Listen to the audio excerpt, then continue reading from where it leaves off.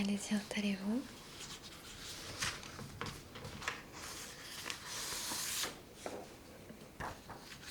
Oui.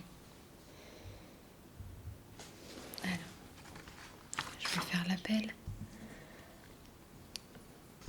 Allez, on s'assoit. On met pas 3 heures à s'installer.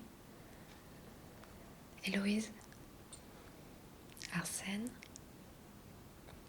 Marie, Pauline, absente. Edgar, Rosalie, Myriam, oui, je l'ai vu tout à l'heure. Paolo, à côté d'Omar, c'est bon. Diana, Samy, Zoé, Grégoire, absent aussi, ok. Lila, elle. Ok, donc on a 2 absents, Pauline et Grégoire. On est la veille des vacances, hein, donc je vais y aller tranquille. Mais ça n'empêche que j'ai besoin de toute votre attention. D'accord ?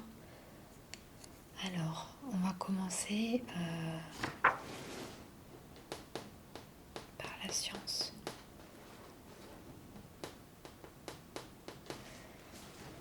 Plus particulièrement la Lune. Alors, vous prenez vos cahiers de sciences, vous écrivez la date du jour, jeudi 13 février, et en titre, la Lune. Oui, Rosalie, on souligne. Oui, je sais que c'est la veille des vacances, mais quand même, souligner, ça ne devrait pas être un effort surhumain.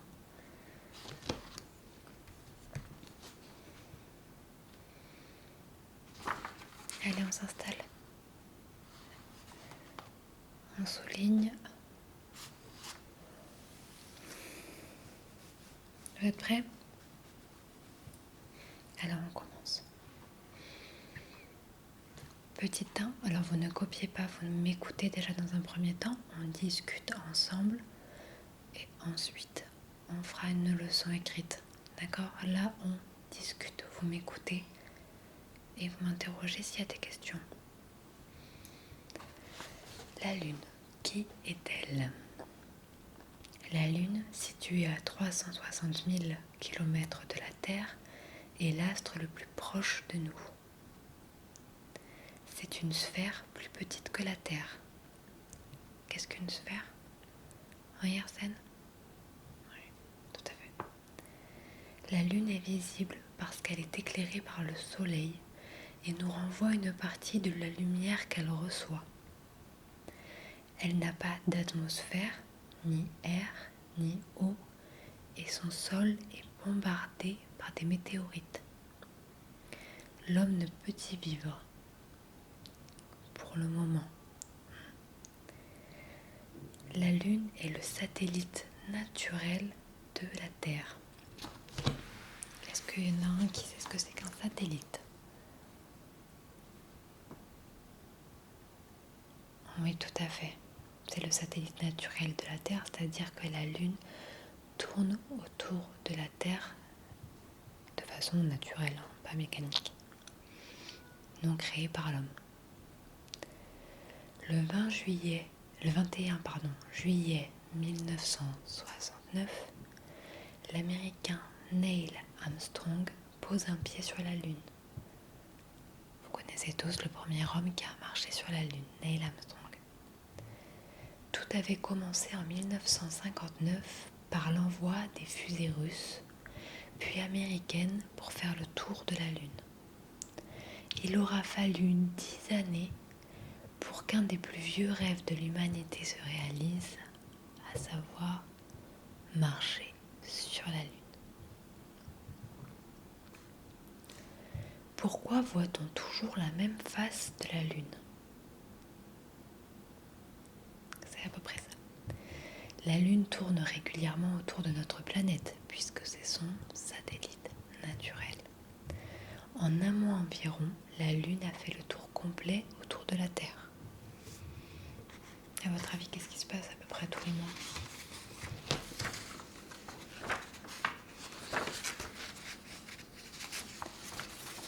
Tout en faisant le tour de la Terre, la Lune accomplit un tour sur elle-même. C'est ce qu'on appelle la rotation. Ça, vous allez le noter après. La rotation.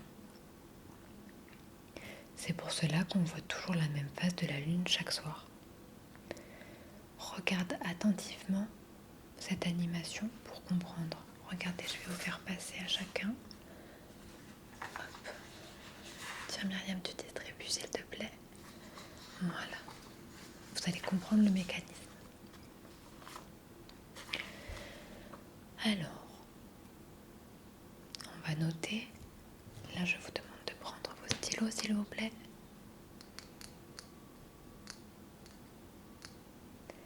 Je retiens.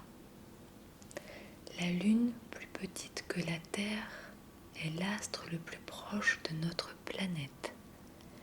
La Lune, virgule, plus petite que la Terre, est l'astre le plus proche de notre planète. Point. La Lune, plus petite que la Terre, est l'astre le plus proche de notre planète. Point. Elle est éclairée par le Soleil. Point. Elle est éclairée par le Soleil. Point.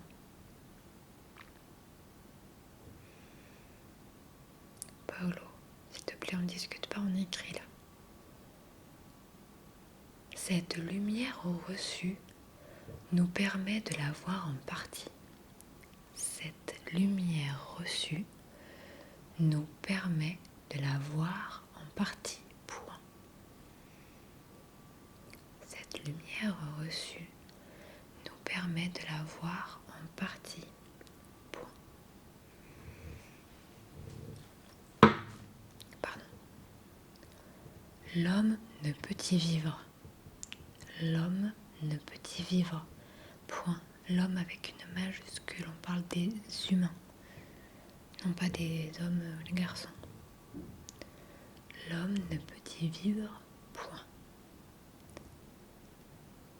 La Lune est un satellite naturel de la Terre.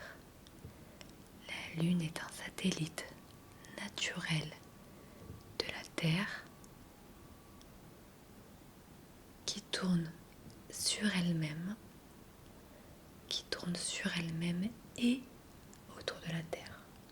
Point. La Lune est un satellite naturel de la Terre qui tourne sur elle-même et autour de la Terre.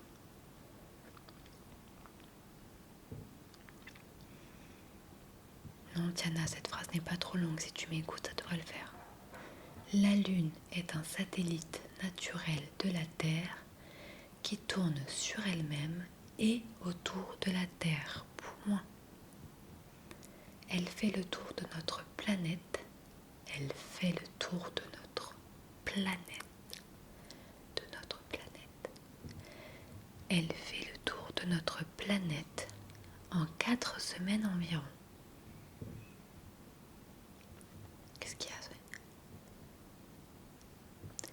J'ai dit, elle fait le tour de notre planète en 4 semaines environ. Elle fait le tour de notre planète en 4 semaines environ. Si vous n'avez pas compris, vous n'avez plus compris. Voilà pour ce petit cours sur la Lune.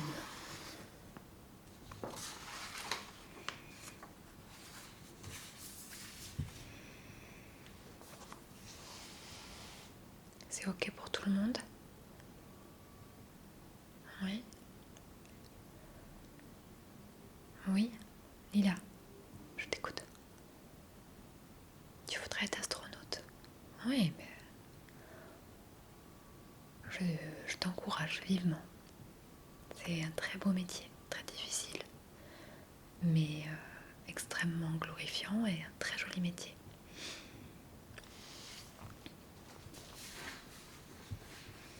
Alors ensuite, avant la récré, on va rester dans le domaine sciences nature et on va reprendre le cours qu'on avait commencé sur la forêt. Non, on n'avait pas commencé de cours écrits, mais nous sommes allés en sortie en forêt la semaine dernière, je vous rappelle. Donc on va parler un petit peu de tout ce qu'on a vu à ce moment-là. Oui, Edgar, tu n'étais pas là, donc je ferai défiler des photos pour que tu puisses un petit peu regarder. Mais bon, je pense que tu sais ce que c'est une forêt.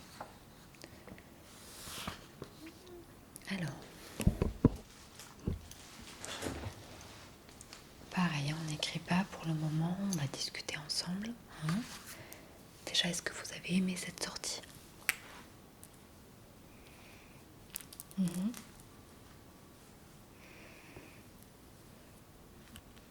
a eu de la chance, c'était là en automne, c'était magnifique.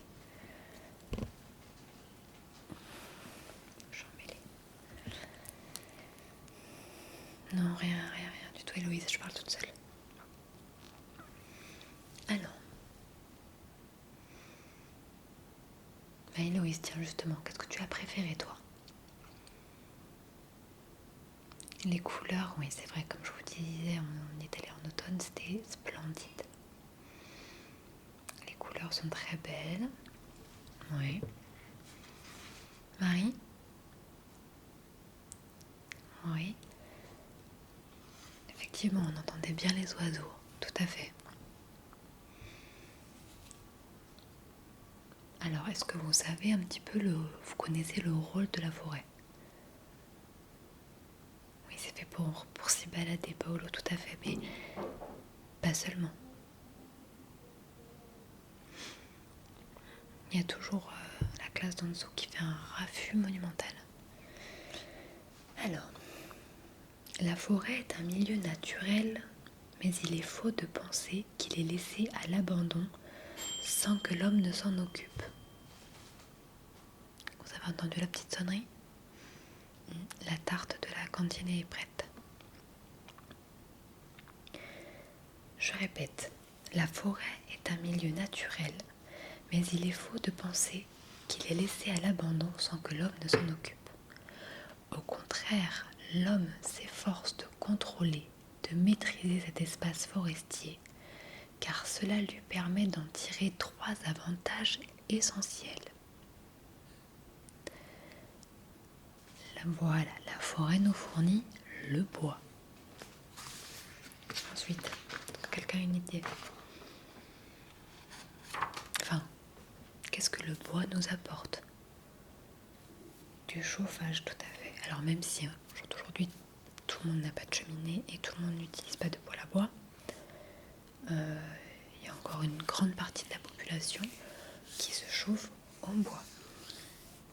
Les journaux, les emballages, tout à fait.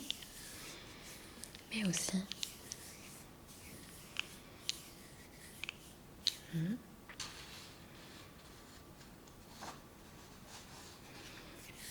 Diana, je connais ta maison. À ton avis? Oui, la charpente. Oui, pour faire les poutres, la construction, exactement. Pour la menuiserie, donc pour les meubles, les instruments de musique, les palettes pour transporter les marchandises, les palettes qui sont aujourd'hui très à la mode dans la déco, c'est du bois, etc., etc., etc. Ensuite, la forêt remplit un rôle écologique. Elle maintient des équilibres naturels. Elle abrite toutes sortes d'espèces animales et végétales, comme on l'a vu pendant la sortie. La forêt forme un écosystème où la vie de chaque espèce est liée à celle d'autres espèces. Vous vous rappelez qu'on avait étudié le cycle. Grâce à la lumière apportée par le soleil, tous les végétaux se développent à différentes hauteurs. Ils servent donc de nourriture aux herbivores, par exemple, comme les lapins, les cerfs, oublié. Tout à fait. Aux granivores, comme certains oiseaux, comme on a entendu Marie, aux insectes, etc. etc.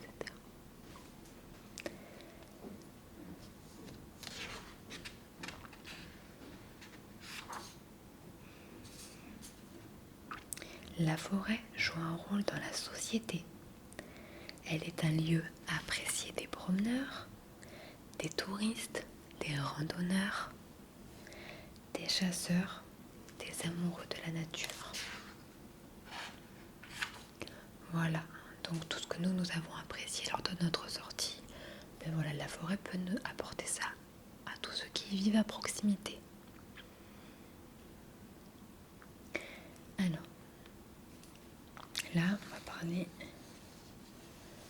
d'un sujet un petit peu plus... On va rentrer un petit peu plus profondément dans le sujet. Quel est le rôle de l'homme par rapport à cette forêt? Nous avons vu quels étaient les intérêts pour l'homme d'entretenir la forêt, pour toutes les raisons qu'on vient de citer juste avant. Pour cela, il doit bien entendu respecter les lois de la nature. En effet, il n'est pas possible de faire pousser n'importe quel arbre sur n'importe quel type de sol. Ça, je pense que vous vous en doutiez. Mais il est tout de même possible de rendre la forêt plus agréable ou qu'elle produise plus de bois. Ça peut être fait par l'homme.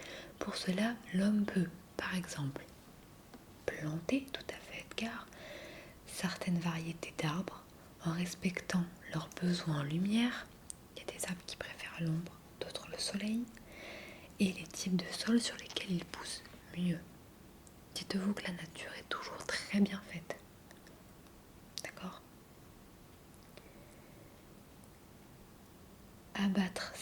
Et on peut aussi abattre certains arbres dans le but de favoriser la croissance d'autres arbres. Parfois, il est nécessaire que l'homme intervienne en coupant certains arbres pour laisser la place à d'autres, sans que ce soit pour des besoins humains. Et ensuite, l'homme peut étudier chaque espèce vivante de la forêt pour vérifier qu'elle vit bien en harmonie avec les autres. Donc, on en revient toujours à ce fameux cycle. Ça va ? Oui. Oui, c'est toujours très intéressant, je sais. Tout à fait, il est quand même essentiel quand vous vous promenez avec vos parents en forêt, pas de papier par terre. Si vous en voyez, ramassez-les. Si vous voyez quelqu'un en jeter, éduquez la personne qui l'a fait pour plus qu'il ne le refasse. N'arrachez pas les plantes par terre. Voilà. Si chacun y met du sien, ça devrait plutôt bien se passer, même si pas très bien barré. Mais moi, je suis persuadée que c'est la génération des enfants d'aujourd'hui qui pourront changer les choses. Nous, on nous a éduqués trop tard sur l'écologie. On nous a caché trop de choses. Maintenant, c'est à vous qu'on en parle et c'est à vous de changer les choses. La préservation de la biodiversité. Tout le monde suit pour commencer ? Allez. L'homme a réalisé des progrès fascinants, inventé des machines formidables, amélioré des conditions de vie, mais en réalisant des progrès, il a menacé la biodiversité. Bio signifie la vie et diversité désigne ce qui comporte beaucoup de choses différentes. On parle de la biodiversité pour évoquer la grande variété des espèces vivantes. C'est l'ensemble des formes de vie sur Terre, aussi bien les animaux que les végétaux. Le cycle de la biodiversité. Par exemple, l'activité économique détruit des zones où vivaient des espèces animales et végétales. On en a entendu parler, l'huile de palme. Il y a énormément de forêt qui a disparu pour de l'industrie, tout simplement. Mais ça, ça, on évoquera ça un petit peu plus tard et je pense qu'on surtout on le verra l'année prochaine parce que c'est un petit peu plus complexe. Et pour moi déjà l'essentiel c'est de vous éduquer sur l'importance du respect de la nature.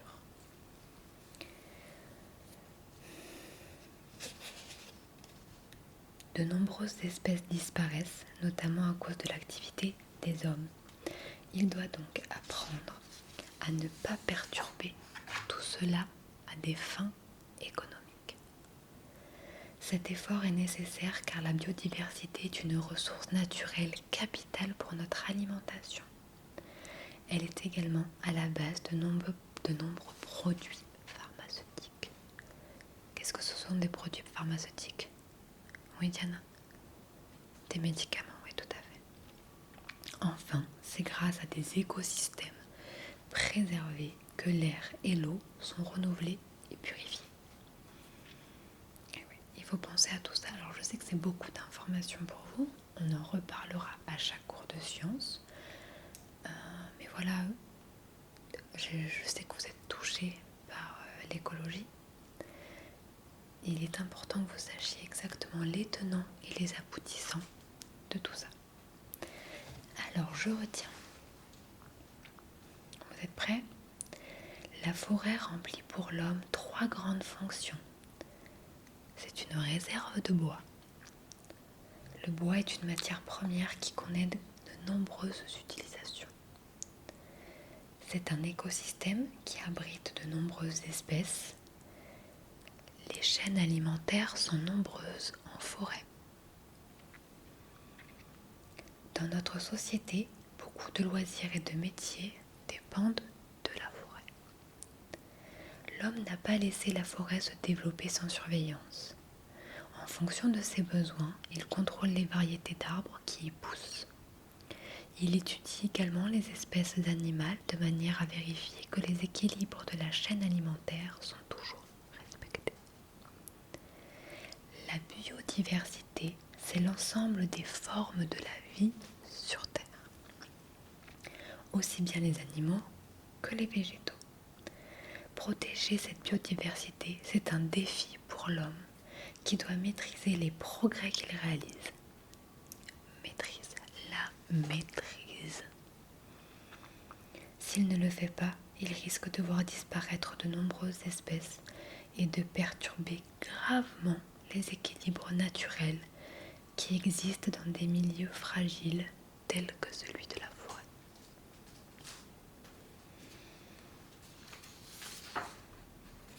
Je suis contente d'avoir eu toute votre attention sur ce petit cours. Je vous trouve très pertinent et ça me donne de l'espoir.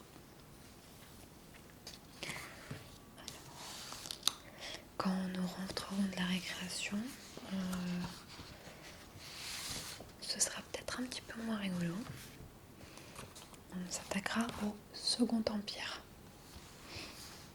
Oui, on va faire de l'histoire romaine, oui, tout à fait.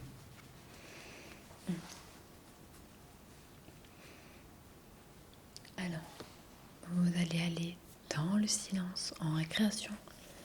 Comme d'habitude, on respecte les classes à côté. On prend son goûter pour ceux qui en ont. Ceux qui n'en ont pas, vous pouvez aller prendre dans le tiroir à goûter. Voilà, un seul par personne bien sûr. Et vous pouvez descendre. Arsène, doucement s'il te plaît. Allez, profitez bien, tout à